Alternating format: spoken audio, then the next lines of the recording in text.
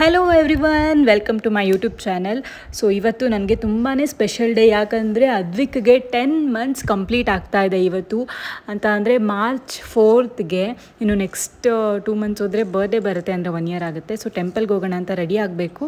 So breakfast ಎಲ್ಲ ಮುಗಿಸ್ಕೊಂಡು ಅಮ್ಮ ಒಂದು ಸೀರೆ ಕೊಟ್ಟಿದ್ರು ಮದುವೆ ಟೈಮಲ್ಲಿ. ಸೊ ಇವತ್ತು ಅದನ್ನು ವೇರ್ ಮಾಡಿದ್ದೀನಿ. ಇಷ್ಟು ದಿನ ವೇರ್ ಮಾಡಿರಲಿಲ್ಲ. ಸೊ ಚೆನ್ನಾಗಿ ಕಾಣ್ತಾ ಇದೆ ಅಂತ ಅಂದ್ಕೊಂಡಿದ್ದೀನಿ, ಗೊತ್ತಿಲ್ಲ. ಸೊ ದೇವಸ್ಥಾನಕ್ಕೆ ಹೋಗಬೇಕು. ಅದ್ವಿ ಕೂಡ ಎದ್ದಿರ್ತಾನೆ ಅಂದ್ಕೊಂಡಿದ್ದೀನಿ, ಕೆಳಗಡೆ ಮಲಗಿಸಿದ್ದೆ. ಸೊ ಎಲ್ಲರೂ ರೆಡಿ ಆಗಿಬಿಟ್ಟು ದೇವಸ್ಥಾನಕ್ಕೆ ಹೋಗಬೇಕು. ಸೊ ದೇವಸ್ಥಾನಕ್ಕೆ ಹೋಗುವಾಗ್ಲೂ ಅಷ್ಟೇ ಅವನು ಒಂದು ಕಡೆ ಇರಲಿಲ್ಲ. ಅವ್ರ ಅಜ್ಜಿ ತಾತ ಬೇರೆ ಇದ್ದರು. ಫುಲ್ ಖುಷಿಯಾಗಿ ಆಟಾಡ್ಕೊಂಡಿದ್ದ.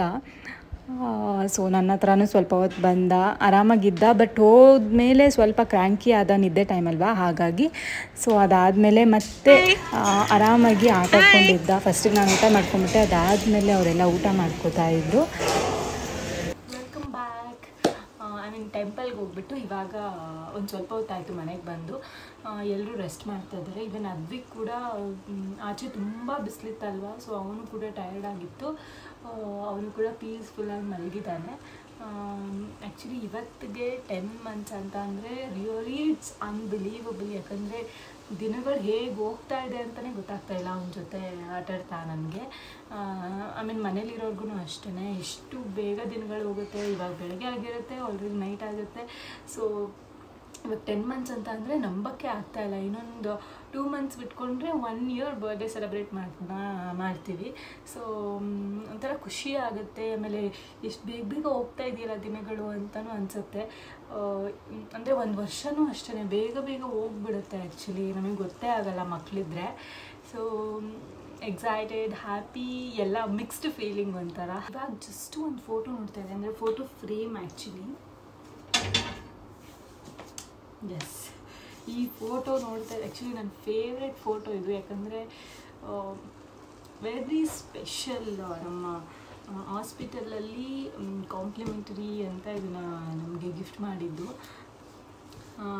ಎಸ್, ಇಲ್ಲಿ ಎಷ್ಟು ಪುಟ್ಟಾಣಿ ಇದ್ದ ಅವನು ಆವಾಗ, ಅಂದರೆ ಯಪ್ಪ.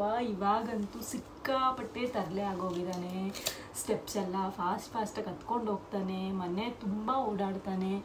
ಹಿಂಗಿದ್ದೋ ನಂಗೆ ಆದ್ನ ಇಷ್ಟು ಬೇಗ ಅಂತ ಅನಿಸುತ್ತೆ ಆ್ಯಕ್ಚುಲಿ.